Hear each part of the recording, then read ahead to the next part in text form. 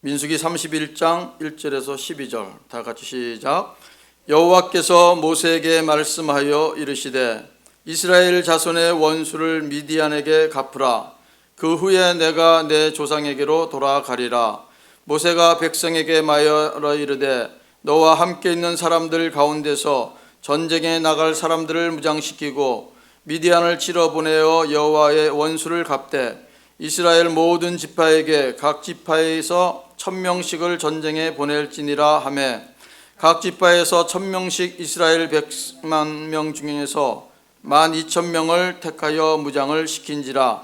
모세가 각 지파에 1000명씩 싸움에 보내되 제사장 엘르아슬의 아들 비느하스에게 성소의 기구와 시노나팔을 들려서 그들과 함께 전쟁에 보내매 그들이 여호와께서 모세에게 명령하신 대로 미디안을 쳐서 남자를 다 죽였고 그 죽인 자 외에 미디안의 5 왕을 죽였으니 미디안의 왕들은 에이와 레겜과 수루와 후루와 레바이며 또 부울의 아들 발람을 칼로 죽였더라. 이스라엘 자손이 미디안의 부녀들과 그들의 아이들을 사로잡고 그들의 가축과 양떼와 재물을 다 탈취하고 그들이 거처하는 성읍들과 철록을 다 불사르고 탈취한 것, 노력한 것, 사람과 짐승을 다 빼앗느니라. 그들이 사로잡은 자와 노력한 것과 탈취한 것을 가지고 여리고 맞은편 요단 강가 모압 평지의 진영에 이르러 모세와 제사장 엘르아살과 이스라엘 자손의 회중에게로 나아오니라. 아멘. 예, 반갑습니다. 한참 됐죠? 우리 금요예배 때 제가 한국 가기 전에 4월 말에 드리고 좀 섰는데 그동안 우리 늘 매주 나오셔서 찬양하시고 기도하시는 여러분들 감사합니다.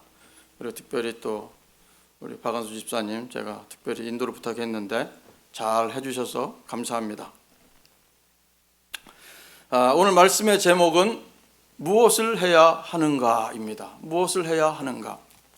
우리가 세상을 살다 보면 여러 가지 해야 될 일이 많이 있지 않습니까? 그런데 문제는 무엇을 해야 될지 모를 때가 너무나 많다는 것입니다. 우리가 무엇을 해야 알 것 같으면 아무 걱정 근심이 없죠. 그죠? 그래서 오늘 본문을 통해서 과연 우리가 이 세상을 살아가면서 무엇을 해야 하는가에 대한 그 교훈을 얻기를 원합니다. 오늘 본문 내용을 보면 이 미디안과의 전쟁을 하나님께서 명령을 하시죠. 그죠? 전쟁을 하라. 그렇기 때문에 이것은 어떤 개인이나 원한, 개인의 감정이나 원한에 의해서 한 것이 아니라 오직 하나님의 뜻에 의해서 이루어진 전쟁이라는 것을 우리가 알 수 있습니다. 그래서 이 하나님은 이 미디안 족속들을 치라는 명령을 했었어요. 그러니까 이 미디안과 특별히 결탁한 모압 왕, 모압 왕 누구죠? 발락, 그죠? 발락과 또 발락에 매수된 발람, 이러한 사람들을 하나님께서는 기억을 하신 거예요. 왜 기억을 하셨습니까? 이 발람 때문에 이스라엘 백성들이 몇 명이 죽습니까? 24,000명이 죽는 사고가 생겼습니다. 그래서 이 하나님께서는 분명히 말씀하셨죠. 발람을 죽이라고 얘기를 하셨습니다. 그래서 이런 모든 것들을 하나님께서는 다 기억하셔요. 우리 사람들은 살다 보면 지나간 일들 다 잊어버릴 때가 얼마나 많이 있습니까? 그죠? 필요 없는 것들은 다 잊어버려요. 어떨 때는 필요한 것도 잊어버립니다. 하지만 하나님은 잊어버리지 않으시는 거예요. 그 옛날 하나님을 대적했던 그 블레셋이라든가 이런 미디안 족속이라든가 발락이라든가 발람, 이 사람들을 잊어버리지 않고 하나님께서는 원수를 갚아라 하고 명령을 하고 있습니다. 근데 누구한테 명령을 합니까? 바로 모세에게 명령을 하고 있습니다. 이 모세는 이제 나이가 참 많이 됐습니다. 그죠? 이스라엘 백성이 벌써 광야를 돌아서 온 게 지금 몇 년째가 되는 거예요. 40년이 거의 다 되지 않았습니까? 이제 마지막 가나안 땅 바로 그 앞에 와 있는 거예요. 모압 평지. 요단강만 건너면 가나안 땅에 들어가는 그 이제 순간에 와 있는데, 이 나이 많은 모세에게 하나님께서 명령을 하시는 거예요. 근데 전쟁의 목표는 무엇입니까? 바로 이 백성들을 유혹하고 위협한 미디안 사람들을 파멸시키라는 명령이었습니다. 그러고 나서 하나님의 명령에 따라서 미디안 남자들과 다섯 왕, 그다음에 그 이스라엘을 그 음행에 빠지게 해서 죽게 한 발람을 죽이라는 그런 것이었습니다.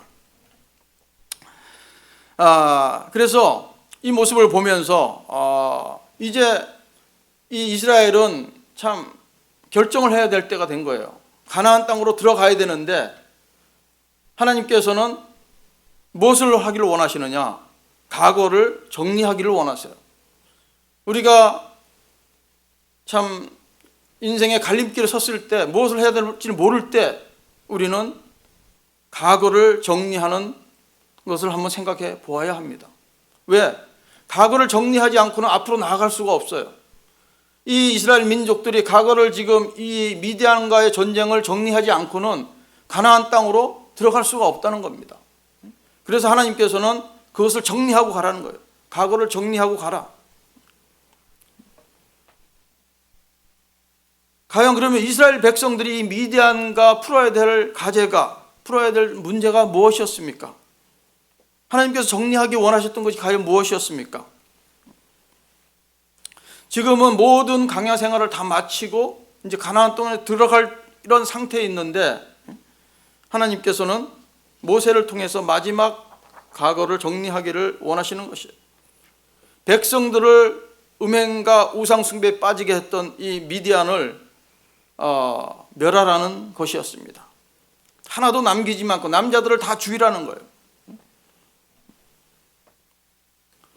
그래서 그 우상 숭배 바알, 그래서 그 바알 부올 사건이라고 그러지 않습니까?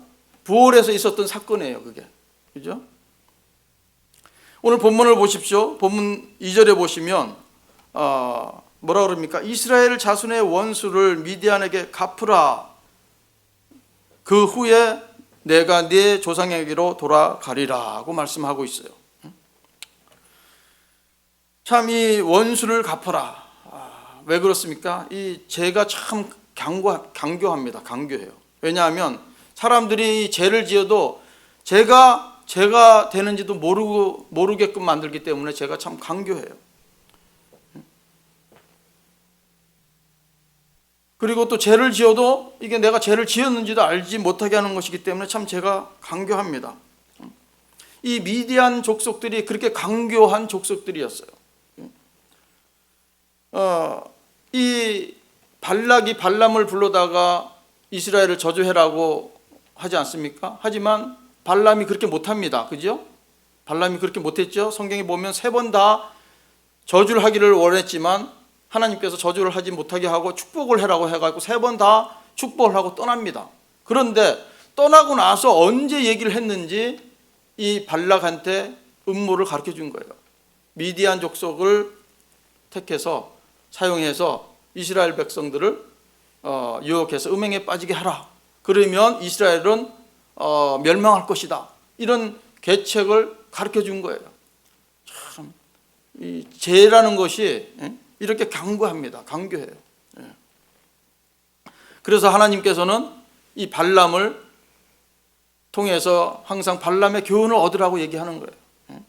거짓 선지자 앞에서는 하나님 말씀대로 하는 것 같이 하지만 뒤에서는 이렇게 이스라엘 백성을 무너뜨리는 계략을 이렇게 적군한테 모압 왕 발락한테 넘겨줬다는 거예요.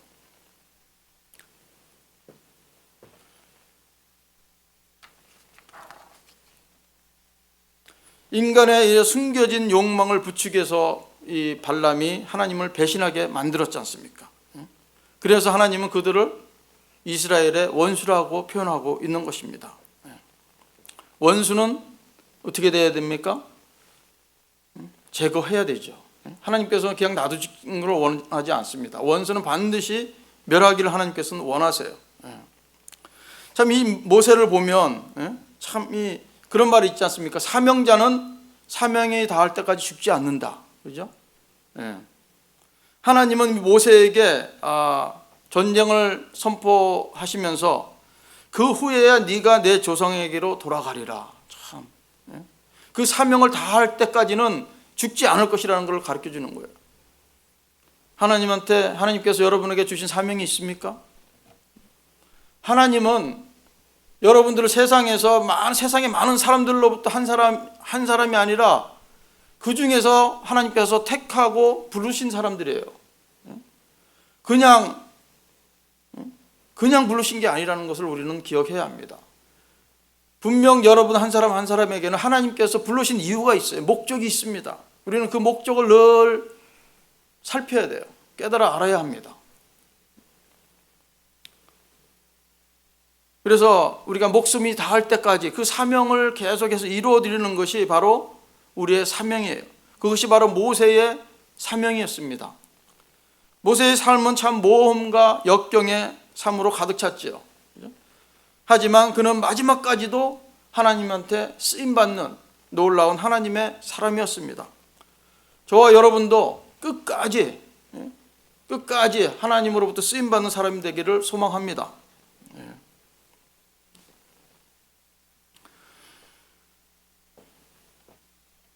하나님께서 모세에게 명령하신 보복은 뭐냐면 단순히 개인적인 원한을 갚는 것과는 다른 것입니다. 그것은 미디안에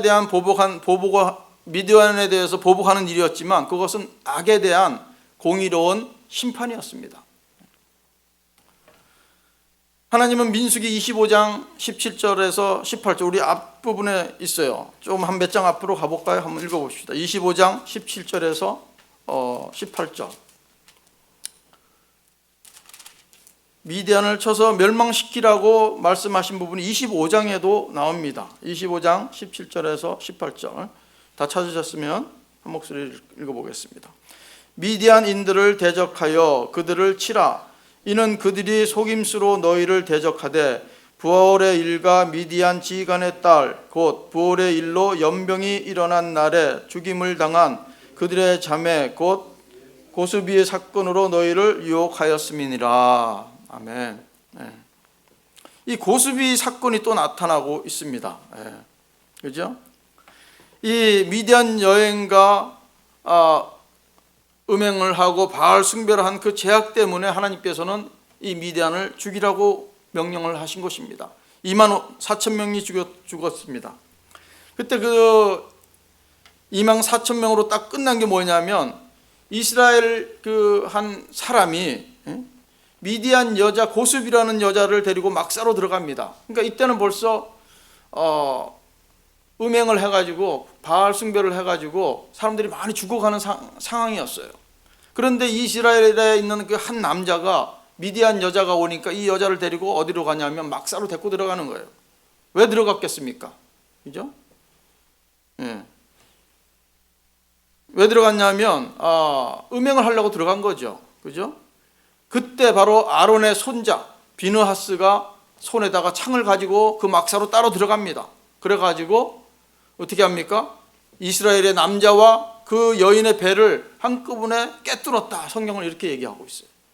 그러니까 어떻게 된 겁니까? 그죠? 두 사람이 음행을 저지르고 있었다는 사실이에요. 그래서 이 비느하스가 그 남자와 여인을 죽였을 때 연병이 그쳤다고 얘기합니다. 2만 4천 명이 그래서 죽은 거예요. 만약에 이 비느하스가 그런 행동을 하지 않았다면 이스라엘 민족은 계속해서 더 죽었을지도 모릅니다. 그래서 이 하나님께서는 비느하스를 굉장히 아주 칭찬하셨어요. 어떻게 칭찬하십니까? 물론 아론의 그 자손이기 때문에 아론의 손자이기 때문에 제사장직을 물려받았지만 이 일을 통해서 하나님께서는 평화의 언약을 주십니다. 비느하스한테. 그 평화의 언약이 뭐냐면 영원한 제사장의 직분을 주겠다는 언약이에요. 그래서 아론의 가정은 계속해서 영원한 제사장의 직분을 수행하게 됩니다. 하나님은 하나님을 대적하는 것을 묵과하지 않으십니다. 하나님은 반드시 심판하시기를 원하시고 심판을 하시는 것입니다. 그래서 이 거짓의 아비 발람도 용서하지 않으신 것입니다. 각 지파에서 몇 명씩 착출했다 그랬죠? 1000명씩 착출했다 그랬죠? 1000명을 착출하니까 12,000명이 된 거예요. 12지파니까, 그죠? 그래서 미디안 5왕을 죽이고 다 죽였죠. 선지자 발람도 죽였다는 말을 거기에 딱 집어넣었어요. 발람은 개인의 이름을 집어넣습니다. 왜냐하면 그만큼 발람이 이 하나님의 마음을 아프게 했던 거예요. 이렇게 하나님께서 과거를 확실하게 정리한 이유가 무엇입니까? 우리가 삶을 살다 보면 과거에 얽매여 있다 보면 앞으로 나아가지 못합니다. 과거의 생각에 사로잡혀 있으면 우리는 앞으로 나갈 수가 없어요. 이 이스라엘 민족이 바로 눈앞에 지금 가나안으로 들어가야 되는데 여기서 24,000명이 죽었어요. 얼마나 큰 충격이었겠습니까? 어마어마한 충격이었을 거예요. 만약 이거를 하나님께서 해결하지 않으셨다면 가나안 이 이스라엘 백성들은 그 24,000명이 죽은 24,000명이라면 각 가정에 한 명씩 속해 있을지도 몰라요. 내 가족이 한 명이 죽었다고 생각할 수도 있는 거예요. 그만큼 큰 사건이었습니다. 그렇기 때문에 이것을 정리하지 않으면 가나안 땅으로 갈 수 없기 때문에 하나님은 미디안 족속을 멸하라고 명령을 하신 거예요. 우리도 마찬가지입니다. 세상을 살 때 참 어려운 일을 당할 때가 너무나 많이 있어요. 힘든 일이 우리를 억누를 때가 얼마나 많이 있습니까? 그것을 그대로 해결하지 않으면 우리는 더 이상 앞으로 나갈 수가 없습니다. 쓰러지고 마는 거예요. 마귀가 원하는 대로 지고 마는 것입니다. 우리는 질 사람들이 아니에요. 우리는 이긴 싸움을 이기는 사람들입니다. 우리 예수님께서 벌써 다 이겨놓은 싸움이에요.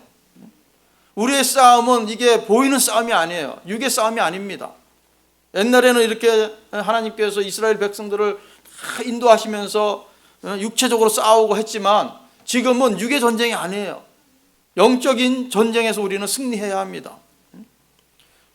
그래서 요한일서도 그렇게 얘기하지 않습니까? 영혼이 잘됨 같이 영혼이 잘 돼야 건강도 되고 일도 잘 되고 모든 것이 만사가 형통하는 것이지 영혼이 잘 되지 않으면 이것이 우리가 잘 될 수가 없어요.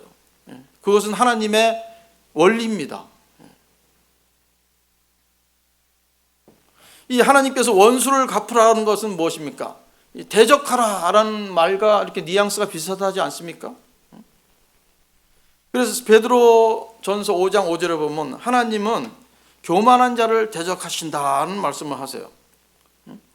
교만한 자가 하나님의 적이라는 것입니다. 혹시 나의 모습에서 교만한 모습이 있습니까? 교만한 행동이 있습니까? 우리는 겸손한 모습으로 바꾸어야 합니다. 왜냐하면 교만한 자는 대적하시지만 겸손한 자에게는 하나님께서 은혜를 베푸시겠다고 말씀하고 있기 때문에 그렇습니다. 우리는 교만한 마음을 정리해야 합니다. 교만한 모습이 있으면 협력하여 선을 이루는 데 큰 장애가 됩니다. 우리는 협력해야 돼요. 힘을 합쳐야 됩니다. 그렇기 때문에 교만을 정리해야 합니다. 베드로 전서 5장 8절에는 또 마귀가 우리의 대적임을 알려주고 있습니다. 그러면서 마귀를 대적할 수 있는 방법은 뭐냐 하면 근신하고 깨어있으라고 이야기합니다. 근신하고 깨어있으라고. 이 근신이 뭐냐 하면 이게 알면서 탁 이게 뭐라 그러면 대답을 할 수 있겠어요? 여러분? 근신하라. 뭐예요? 삼가고 조심하라는 것입니다. 삼가고 조심하라. 잠언에서 이 말은 생각이 깊고 조심스러워 사리를 잘 판단하고 처리하는 것을 말합니다. 그러니까 지혜가 외적으로 표현되는 것을 또 이 근신하라라는 말로도 우리가 볼 수 있어요. 그래서 이 솔로몬은 잠언을 기록한 목적이 뭐냐면 이 근신함을 주기 위해서 썼다고 얘기하고 있어요. 한번 잠언 한번 볼까요? 잠언서 1장 한번 보십시다. 시편 다음에 있죠. 잠언은 시편 자문에 이 잠언을 쓴 목적이 나오고 있어요. 구약성경 910페이지에 있습니다. 1절에서 한번 4절까지 우리 한번 읽어보겠습니다. 잠언 1장 1절에서 4절. 다윗의 아들 이스라엘 왕 솔로몬의 잠언이라. 이는 지혜와 흉계를 알게 하며 명철의 말씀을 깨닫게 하며 지혜롭게 공의롭게 정의롭게 정직하게 행할 일에 대하여 훈계를 받게 하며 어리석은 자를 슬기롭게 하면 젊은 자에게 지식과 근신함을 주기 위한 것이니. 아멘. 이 잠언이 쓰여진 것이 여러 가지 이유도 있지만 우리 정직하게 하고 행할 일에 대해서 훈계하고 슬기롭게도 하지만 근신하기 위해서 썼다는 거예요, 잠언이. 그래서 사도 바울은 디모데한테 말씀할 때 영적으로 깨어서 정신을 차려라 라는 말로 근신하라는 말을 의미를 줍니다.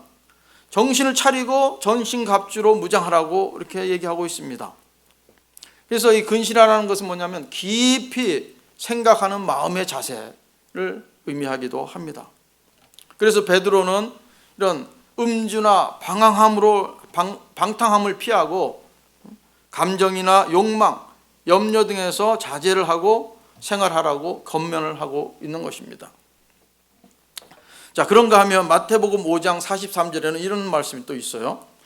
또 내 이웃을 사랑하고 내 원수를 미워하라 하였다는 것을 너희가 들었으나 44절에 나는 너에게 이르노니 너희 원수를 사랑하며 너희를 박해하는 자를 위하여 기도하라. 자, 옛날에는 원수를 미워하라고 그랬는데 이제는 예수님께서 너희한테 뭐라 그러냐? 내가 너에게 이르노니 원수를 이제 사랑해라 그래요. 참 헷갈리죠, 그죠? 원수를 미워하라 했다는 것을 너희가 들었으나 이제는 사랑하라는 겁니다. 예수님이 오셔가지고 원수를 사랑하는 법을 보여주셨다는 거예요. 이렇게 할 때 뭐냐면 하늘에 계신 아버지의 아들이 된다고 45절에 말씀하고 있어요. 아버지의 아들이 된다. 이렇게 할 때 여러분은 하나님 아버지의 자녀입니까? 우리는 하나님 아버지의 자녀들이죠. 그러면 이렇게 원수를 사랑하지 못하고 박해하는 자를 위해서 기도하지 않으면 아들이 안 된다는 것입니까? 그건 아니죠. 아버지의 아들이 된다는 이 아들의 자격을 얘기하는 거 아니에요. 이거는, 그죠? 아들의 바른 모습을 보여주는 것입니다. 강조하는 것이죠. 자, 두 번째로 우리는 무엇을 해야 하는가? 두 번째로는 미래를 향해서 나아가야 합니다. 과거에만 얽매 있으면 안 됩니다. 이 미디안과 이스라엘은 전쟁함으로 인해서 대승을 거두었죠. 대승을 거두고 아주 엄청난 전리품들을 가지고 돌아왔습니다. 미디안의 부녀들과 아이들을 사로잡아 왔고 가축과 양떼와 재물들을 탈취해 왔습니다. 그런데 더 놀라운 것은 뭐냐면 이렇게 전쟁에 나갔다가 다시 이 여리고 맞은편 동편 모압 평지에 돌아왔는데 귀환한 이스라엘 백성들이 한 명도 희생되지 않았다는 사실입니다. 그것이 오늘 본문의 49절에 나와요. 한 명도 희생되지 않았다. 이 승리는 뭐냐면 장차 이스라엘이 가나안 땅에서 들어갔을 때 얻을 승리의 모형으로 주신 거예요. 하나님께서.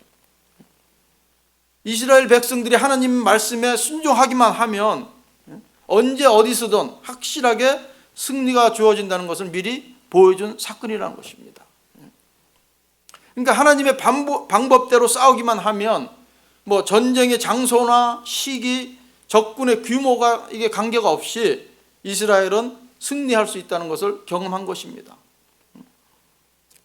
그래서 이스라엘은 하나님만 바라보면 나가면 되는 거예요. 그 옛날 갈렙과 여호수아 생각나십니까? 이 가데스 바네에서 가데스 바네아가 어디냐면 가나안 땅이 여기 있으면 가데스 바네아는 여기예요. 모압 평지는 바로 우측입니다. 미티와 여기. 근데 가데스 바네아까지 얼마 만에 걸렸냐면 한 2년밖에 안 걸렸어요.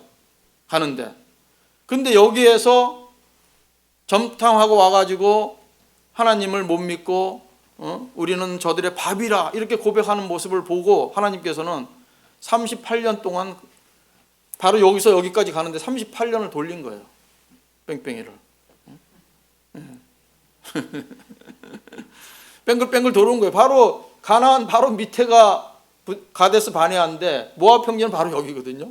그러니까 이 애굽에서 나왔고 여기까지 가는데 시내산 거쳐서 가데스 바네아 가는데 2년밖에 안 걸렸는데 여기서 38년을 돌아온 거예요. 이 짧은 거리에서.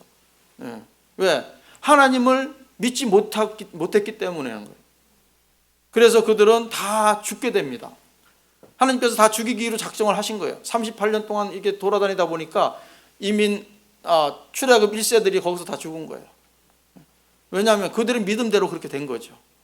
우리는 그들의 밥이 될 거라고 생각했기 때문에, 믿었기 때문에 하나님께서 다 죽고 2세대 어린 20대 미만의 사람들과 2세대들만 거기에 들어갈 수 있게끔 해주는 거예요. 그러면서 마지막에 이런 모습을 보여주시는 거예요. 지금 하나님의 말씀을 믿고 순종했더니 엄청난 대성을 거는 거예요. 한 명도 죽지 않고 다 살아와서 지금 이제 가나안으로 들어갈 수 있다는 거예요.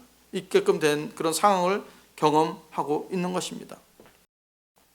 그러니까 이 전쟁의 승리는 단순히 그냥 이기는 게 아니라는 거죠. 확신과 소망을 주시기 위한 하나님의 방법이었다는 것입니다.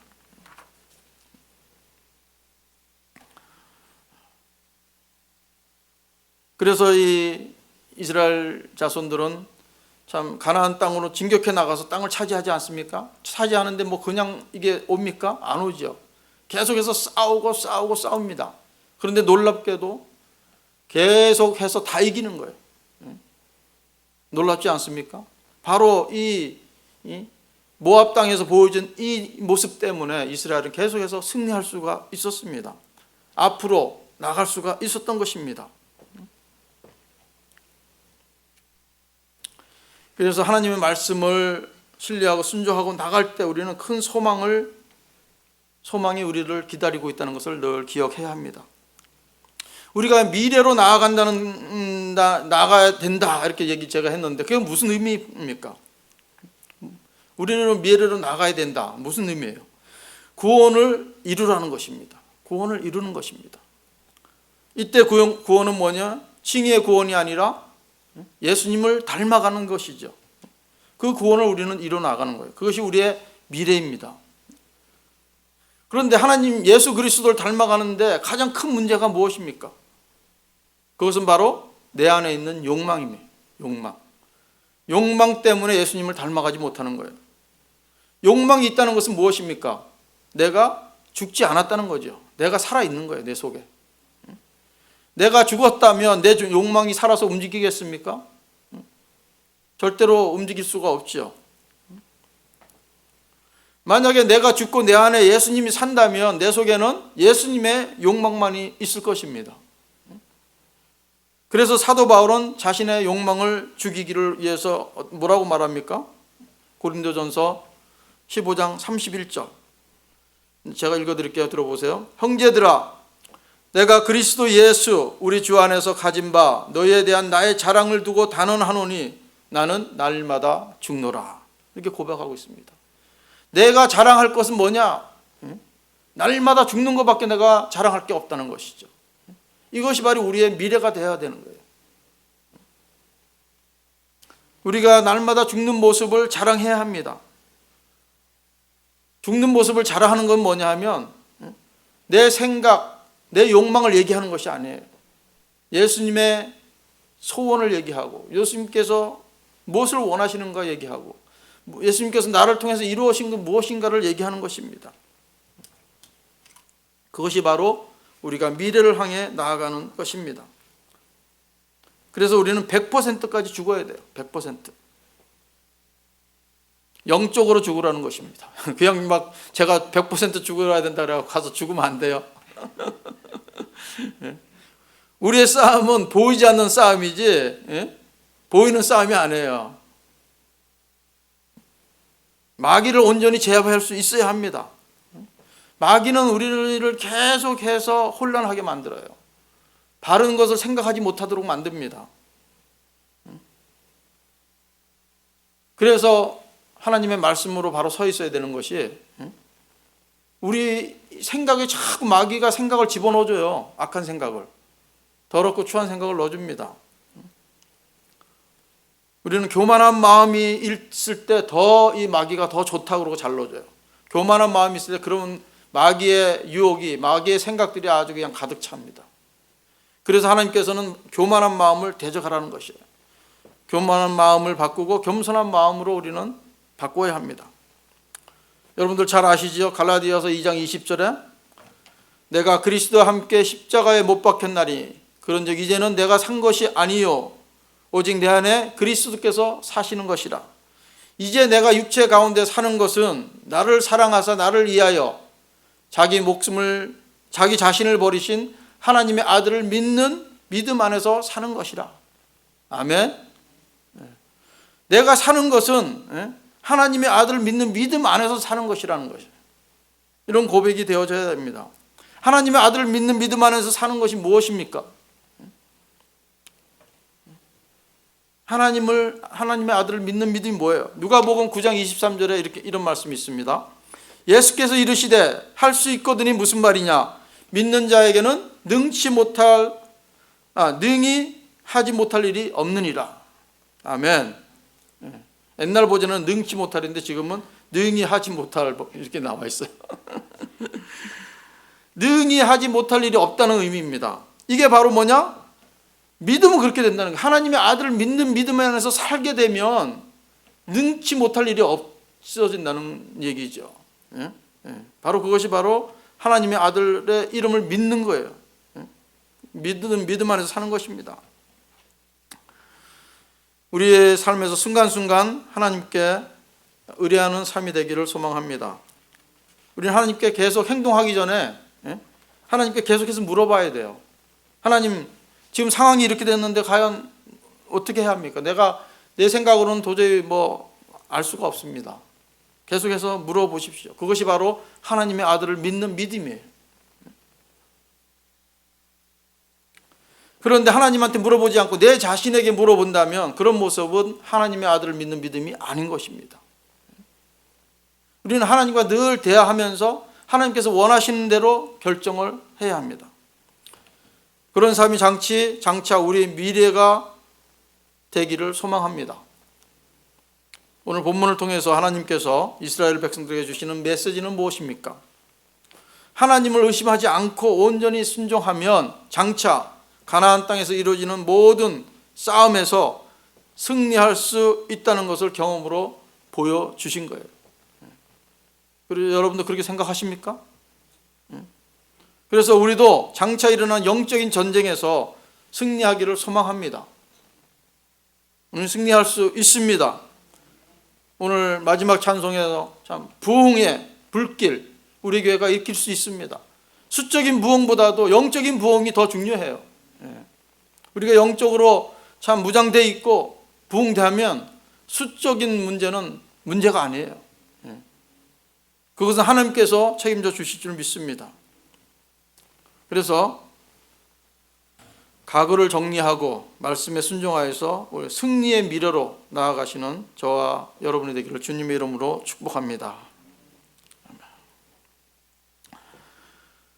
아버지 하나님 감사합니다. 오늘 말씀을 통해서 참 이스라엘이 아버지 하나님의 말씀을 의지할 때, 순종할 때 놀라운 승리를 이룬 것을 보았습니다. 그들의 앞으로의 삶이, 가나안 땅에서 삶이 승리로 점쳐지는 모습을 보았습니다. 아버지 하나님, 우리의 삶은 어떻습니까?